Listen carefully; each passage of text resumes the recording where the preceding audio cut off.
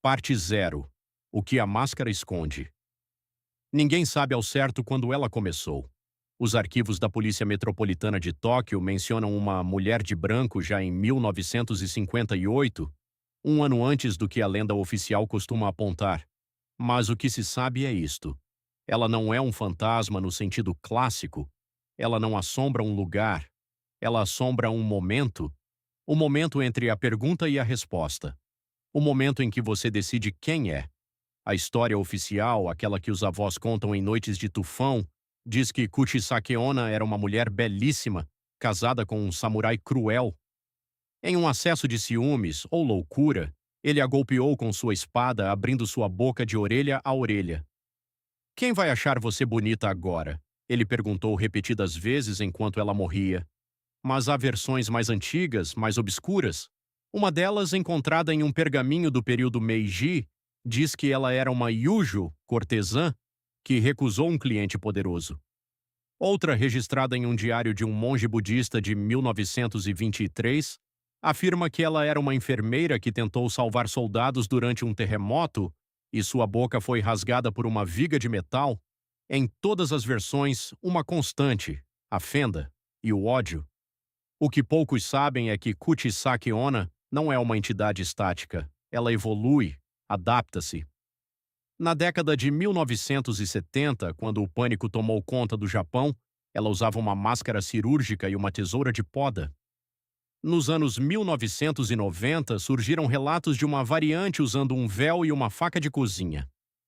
Em 2018, em um fórum online, um usuário afirmou tê-la visto usando uma máscara N95 e um bisturi. Ela se veste conforme o medor da época. Porque o medo não é dela. O medor é nosso. Parte 1. O Beco dos Sussurros.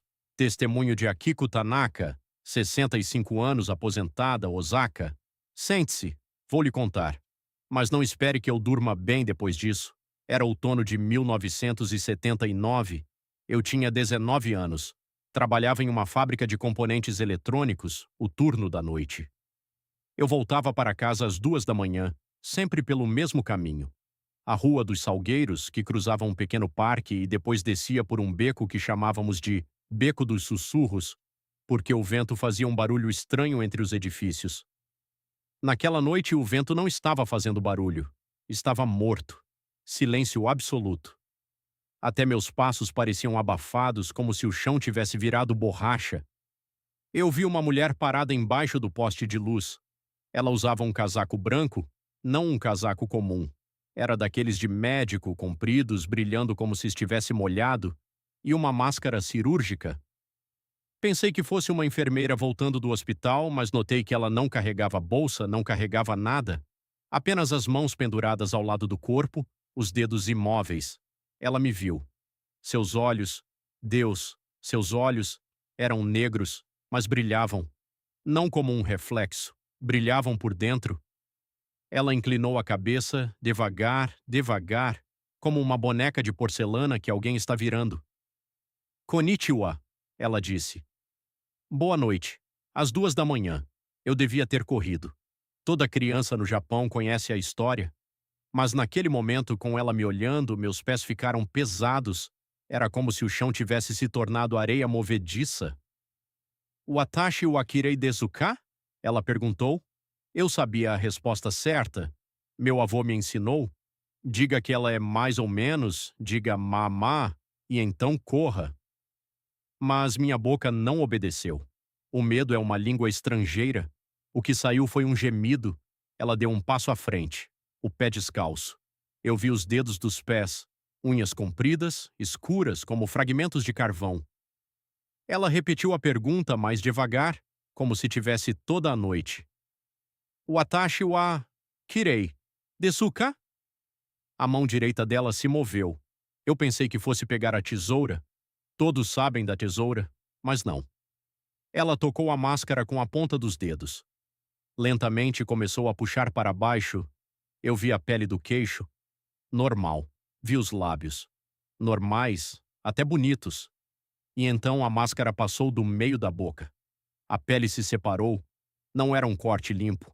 Era uma ferida aberta, pulsante, vermelha e úmida, com bordas irregulares como se tivesse sido rasgada com as mãos. Os dentes apareceram, não os dentes da frente apenas, mas todos os dentes, caninos, molares, uma fileira dupla em alguns lugares, como se a boca tivesse sido esticada para acomodar dentes extras. A língua se movia lá dentro, preta, bifurcada como a de uma serpente. Eu ia gritar, mas ela ergueu a mão, à esquerda, e levou o dedo indicador aos lábios cortados, num gesto de silêncio. Shhh, ela fez. Ainda não respondi. E então a tesoura apareceu. Não saiu de lugar nenhum. Simplesmente estava em sua mão. Uma tesoura de poda enorme, de lâminas paralelas, com cabo de madeira escura e manchas escuras que podiam ser ferrugem ou podiam ser sangue seco. E agora? Ela perguntou. Eu sou bonita? Foi quando uma moto passou na rua principal. O barulho do motor cortou o silêncio como uma faca.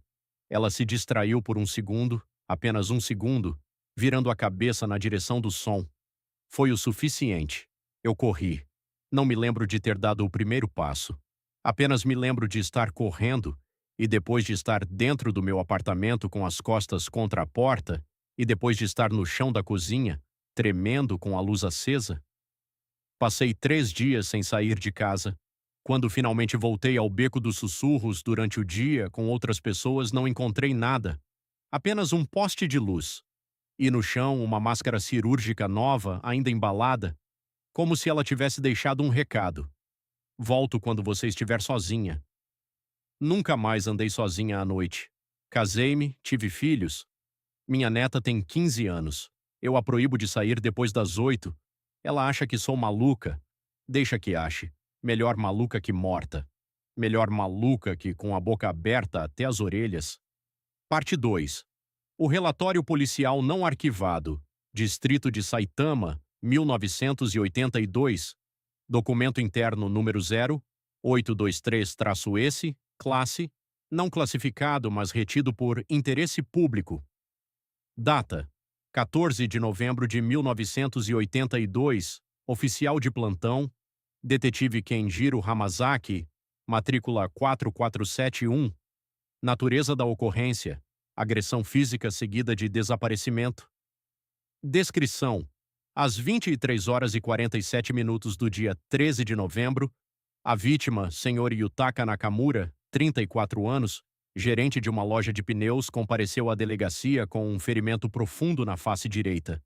O ferimento media aproximadamente 12 centímetros, estendendo-se do canto da boca à orelha, consistente com um corte infligido por lâmina de tesoura de poda. A vítima estava em estado de choque, repetindo ininterruptamente. Ela perguntou se era bonita. Eu disse sim, ela era linda, e então ela cortou mesmo assim.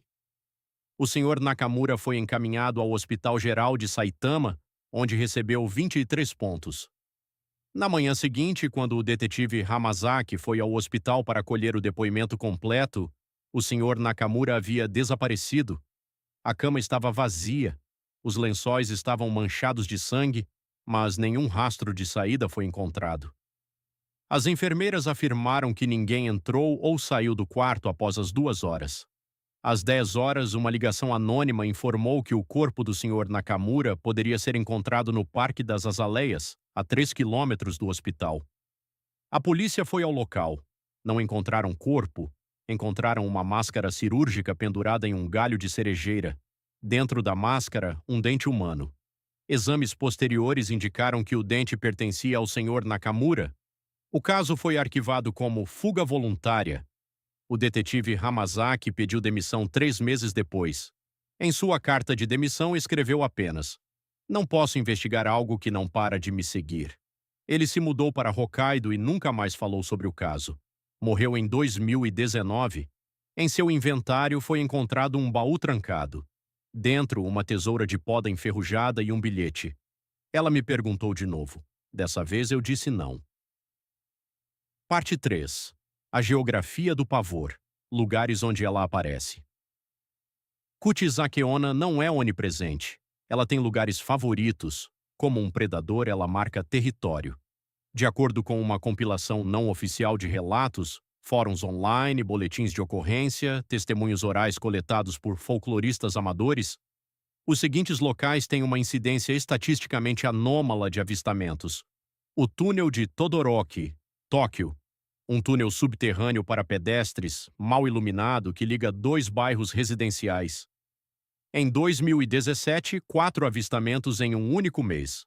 O túnel foi fechado por reformas e nunca reabriu. A Ponte dos Suspiros, Osaka, uma ponte sobre um canal estreito famosa entre estudantes por ser assombrada. Em 2004, um grupo de 3 universitários filmou uma figura de branco sob a ponte. O vídeo foi analisado por especialistas em imagens que declararam ser inconclusivo, mas perturbador. O arquivo original foi deletado acidentalmente ou propositalmente do servidor da universidade. O Beco das Bonecas, Nagoya, um beco sem saída ladeado por uma loja de bonecas antigas, dizem que em noites de lua cheia, as bonecas viram a cabeça na direção de quem passa. Kuti Sakeona foi vista ali 3 vezes entre 2010 e 2015. Os moradores colocaram oferendas de balas e arroz na entrada do beco. Desde então, nenhum avistamento. O estacionamento subterrâneo do Shopping Seibu, Tóquio, o local mais recente. Em 2022, uma mulher de 28 anos relatou à polícia que uma enfermeira mascarada perguntou se ela era bonita no subsolo do shopping às 21 horas. A vítima disse que respondeu, mais ou menos, e correu para o elevador. Quando as portas se fecharam, ela viu a mulher sorrindo, a máscara ainda no lugar, mas o sorriso evidente pela curva do tecido. A polícia revisou as câmeras de segurança. As imagens mostravam a mulher entrando sozinha no estacionamento e saindo correndo sozinha. Não havia ninguém com ela.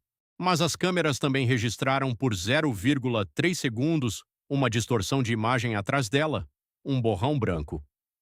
O shopping contratou seguranças extras, ninguém mais viu nada. Parte 4. O diário de Yuki. A última entrada. Yuki Matsumoto tinha 14 anos quando desapareceu em Nara, em 2016. Seu diário foi encontrado dentro da mochila, pendurada em um corrimão do túnel da estação Oji. As páginas estavam molhadas, não de chuva, mas de algo que a perícia identificou como água destilada, sem minerais, sem impurezas. Água que não existe na natureza. Transcrição da última entrada, datada de 5 de abril de 2016. Hoje eu a vi de novo. A primeira vez foi na semana passada, no caminho da escola. Eu estava com a Mari e a Sayu. A gente viu uma mulher de branco parada do outro lado da rua. A Mari disse que era uma enfermeira.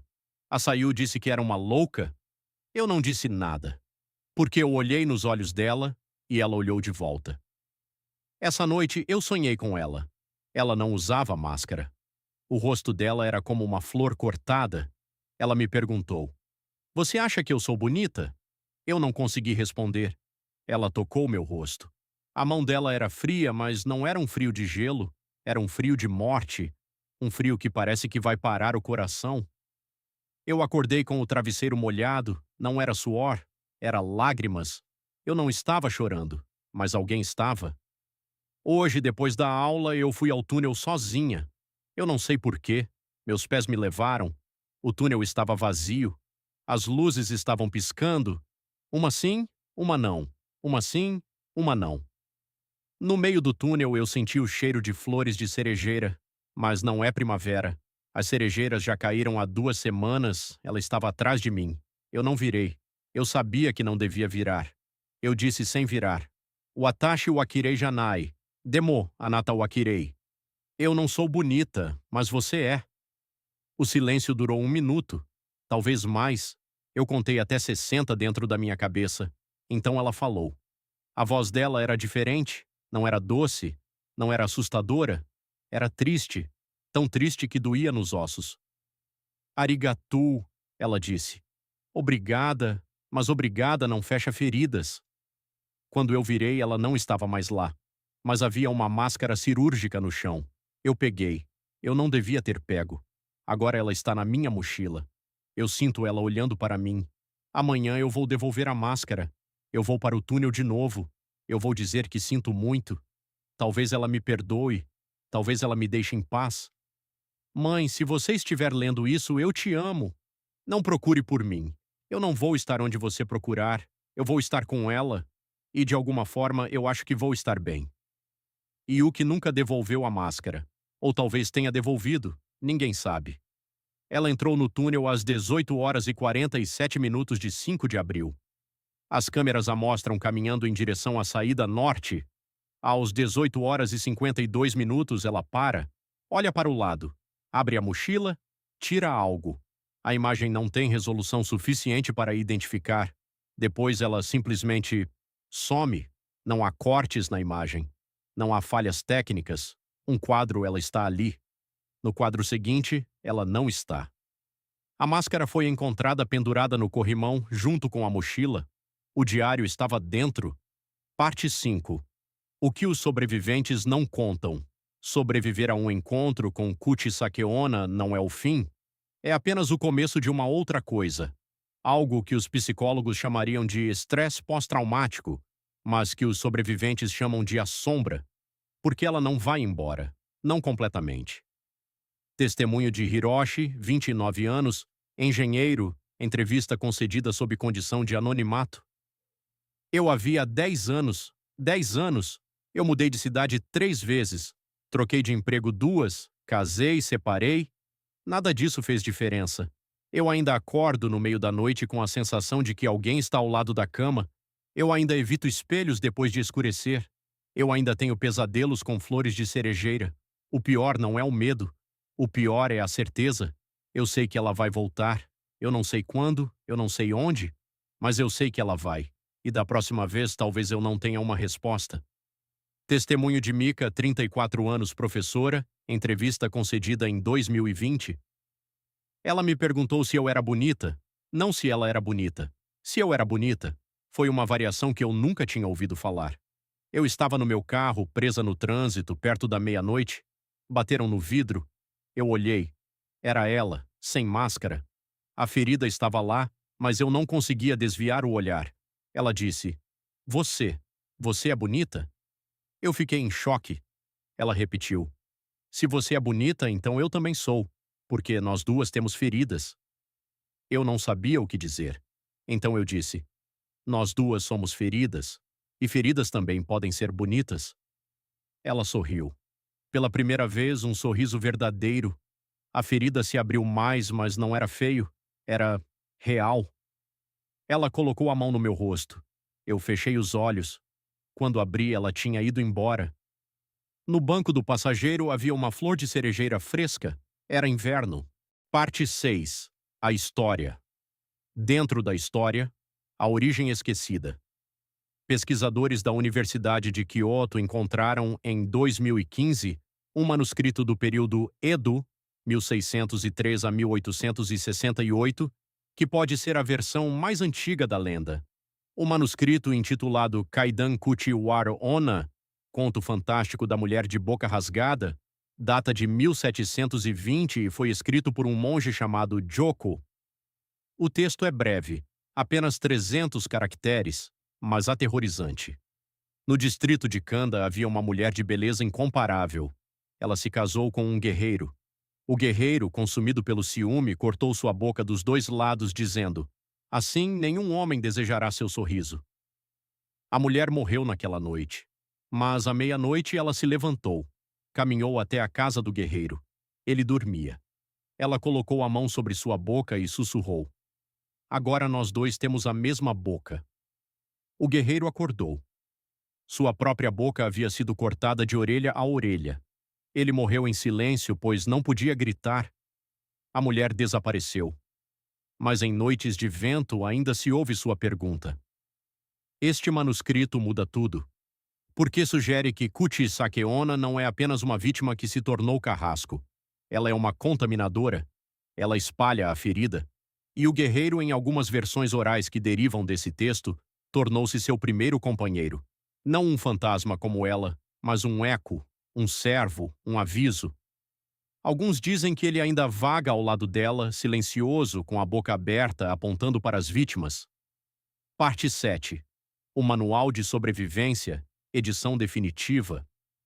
Baseado em 47 relatos de sobreviventes, 3 entrevistas com monges shintoístas e uma conversa de 6 horas com uma mulher que afirma ter conversado com Kuchisake Onna como iguais, identidade não revelada, este é o guia mais completo já compilado. Preparação: antes do encontro, carregue sempre algo doce, balas, chocolates, arroz doce, mochi. A preferência dela é por balas de frutas vermelhas. Não pergunte por quê, apenas carregue. Use um amuleto shintoísta, uma mori, de um santuário dedicado a Inari. Ela tem aversão a raposas, os mensageiros de Inari. Um amuleto com a imagem de uma raposa pode confundi-la por tempo suficiente para você fugir. Evite andar sozinho em névoa densa entre 23 horas e 3 horas. Se for inevitável, ande com alguém. Ela raramente ataca grupos. Raramente não é nunca, mas as chances caem em 73%, de acordo com estatísticas não oficiais. Durante o encontro, não demonstre medo. Ela sente o medo. Não como um vampiro sente cheiro de sangue, mas como um tubarão sente vibração na água. O medo acelera o ataque. Não corra imediatamente. Correr é o segundo pior erro, o primeiro é gritar. Correr ativa o instinto de caça dela. Ela é mais rápida que você, sempre. Responda com ambiguidade. Mamá desu, mais ou menos, é a resposta padrão. Mas variações funcionam. Hoka no hito to onaji kurai, tanto quanto qualquer outra. Anata wa kirei data koto ga aru, você já foi bonita. Kizu wa kirei janai, demo anata wa kirei. A ferida não é bonita, mas você é. Se ela tirar a máscara, não olhe diretamente para a ferida. Olhe para os olhos dela. Os olhos são a única parte que ainda hesita. A ferida é certeza. Os olhos são dúvida. Explore a dúvida. Jogue as oferendas no chão. Doces primeiro. Se não funcionar, moedas. Se não funcionar, qualquer coisa brilhante. Ela tem uma atração inexplicável por objetos reflexivos. Uma pulseira, um chaveiro, até mesmo um celular com a tela acesa pode distraí-la. Se ela começar a atacar, corra em zigue-zague. Linha reta é morte certa. Suba em algo. Escadas, muros, carros. Ela tem dificuldade com mudanças bruscas de elevação. Entre em um santuário shintoísta ou templo budista. Ela não pode atravessar o torii, portal de um santuário. Ninguém sabe por quê. Talvez a pureza do local a queime. Talvez ela respeite os deuses. Talvez ela apenas não queira. Não importa o motivo, importa que funciona. Se não houver santuário por perto, entre em qualquer lugar com muitas pessoas. Ela odeia multidões. Não porque seja tímida, mas porque a pergunta dela exige intimidade, exige um encontro a sós. Uma multidão é uma afronta ao seu método. Depois do encontro, se sobreviver. Não fale sobre o que aconteceu por 49 dias. No budismo, 49 dias é o período entre a morte e o renascimento. Falar sobre o encontro antes desse prazo pode chamar a atenção dela novamente. Durma com uma faca de cozinha debaixo do travesseiro. Não para se defender, ela não é vulnerável a facas. Mas a faca funciona como um distrator. Ela espera vítimas indefesas. Uma faca a faz hesitar. Troque de caminho para o trabalho ou escola. Ela não esquece lugares. Se você a viu em um beco, nunca mais passe naquele beco. Nem durante o dia. O território dela está marcado. Visite um santuário e faça uma oferenda de arroz e sal. O sal purifica. O arroz alimenta os espíritos ancestrais. Não é uma solução, mas é um gesto. Gestos importam no mundo do sobrenatural. Parte 8. A noite em que ela não veio. Carta de um sobrevivente. Recebida por e-mail em 2017, remetente desconhecido. O e-mail foi rastreado até um cybercafé em Tóquio. O dono do cybercafé não se lembrava do cliente. Assunto: eu deveria estar morto. Eu li seu manual online. Obrigado. Não sei se salvou minha vida, mas me deu uma chance. Na noite de 3 de março eu a vi. Estava voltando do trabalho por volta da 1 hora. Eu tinha parado em um combine para comprar balas, as de morango. Eu não sei por quê. Apenas comprei. Ela estava na esquina. O casaco branco brilhava como se tivesse luz própria. A máscara cobria o rosto. Ela não disse nada. Apenas olhou. Eu lembrei do que você escreveu. Não demonstre medo. Eu coloquei a mão no bolso, apertei as balas. Ela deu um passo à frente. Watashi wa kirei desu ka? Ela perguntou. Mama, eu respondi. A voz não tremeu. Milagre. Ela inclinou a cabeça. O pescoço estalou. Ela ergueu a mão para a máscara. Eu sabia o que vinha. Espere, eu disse.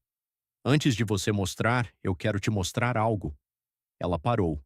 Eu tirei as balas do bolso, abri o pacote. Joguei uma bala na minha própria boca. Mastiguei. O sabor de morango encheu minha boca. Então eu estendi o pacote para ela. Você quer uma? Perguntei. Ela olhou para as balas, olhou para mim. Olhou para as balas de novo. A mão que estava na máscara desceu. A outra mão, a da tesoura, ficou invisível. Ela estendeu a mão, pegou uma bala, levou a máscara. Pela primeira vez percebi que ela não conseguia comer com a máscara. Ela teria que tirá-la, ou teria que enfiar a bala por baixo. Ela fez as duas coisas. Com a mão esquerda, ela levantou um pouco da máscara. Com a direita, colocou a bala na boca, na ferida. Eu vi os dentes, vi a língua preta, vi a bala de morango desaparecer naquela cavidade. Ela mastigou. O som era molhado, estranho como alguém mastigando lama. Então ela sorriu. Não um sorriso de felicidade, um sorriso de surpresa, como se ela tivesse esquecido o gosto doce. Obrigada, ela disse. A voz era quase humana. Ela se virou. O casaco branco rodou. Ela começou a andar. A cada passo a névoa se fechava atrás dela. Eu não me mexi até que o sol nascesse. Hoje, 3 meses depois, ainda tenho pesadelos. Ainda durmo com a luz acesa. Mas estou vivo. E toda noite antes de dormir, eu como uma bala de morango. Em homenagem a ela? Ou em homenagem a mim? Não sei. Obrigado e cuidado. Ela está em toda parte. Parte 9.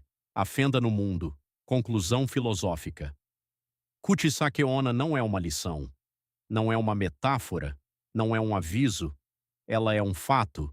Um fato sobrenatural, um fato aterrorizante, mas um fato. Ela existe porque o medo existe. Porque a beleza é uma tirana. Porque a violência deixa marcas que não cicatrizam. Porque toda máscara, mais cedo ou mais tarde, cai. O Japão moderno, com suas luzes de neon e seus trens lotados, tenta negar o sobrenatural. Os jovens riem das lendas. Os turistas compram chaveiros de Kuchisake Onna em lojas de souvenirs. Mas nos becos escuros, nas noites de névoa, nos túneis mal iluminados, ela ainda espera. E ela ainda pergunta: Watashi wa kirei desu ka? E você? O que você responderia? Pense bem, porque um dia, talvez ainda hoje, talvez amanhã, talvez quando você menos esperar, ela vai estar ali e você vai precisar de uma resposta. Que não seja sim, que não seja não, que seja a verdade, e que a verdade seja doce o suficiente para fazê-la hesitar. Epílogo: A Última Máscara. Em 2024, uma equipe de documentaristas independentes filmou um curta-metragem sobre Kuchisake Onna. Eles entrevistaram sobreviventes, folcloristas, policiais aposentados. Na última noite de filmagem, em um beco em Osaka, a câmera registrou algo estranho. Por 0,5 segundos, uma figura de branco aparece no fundo do quadro. A figura usa máscara. A mão está erguida. A tesoura brilha. O diretor do curta, um homem chamado Takashi, revisou o frame centenas de vezes. Levou a fita para um laboratório de análise de imagens. Os técnicos disseram que não havia explicação técnica para a figura. Não era reflexo, não era falha na lente. Era uma mulher. Uma mulher que não estava lá quando a cena foi filmada. Takashi guardou a fita em um cofre. Ele não a destruiu, mas também não a divulgou. Em uma entrevista recente, ele disse: algumas coisas não devem ser vistas, algumas perguntas não devem ser respondidas. A máscara existe por um motivo. Naquela noite, após a entrevista, Takashi desapareceu. Seu carro foi encontrado no estacionamento do shopping Seibu, o mesmo estacionamento onde Kuchisake Onna foi vista em 2022. O banco do motorista estava vazio. No chão, ao lado do pedal do freio, uma máscara cirúrgica. Dentro da máscara, um bilhete.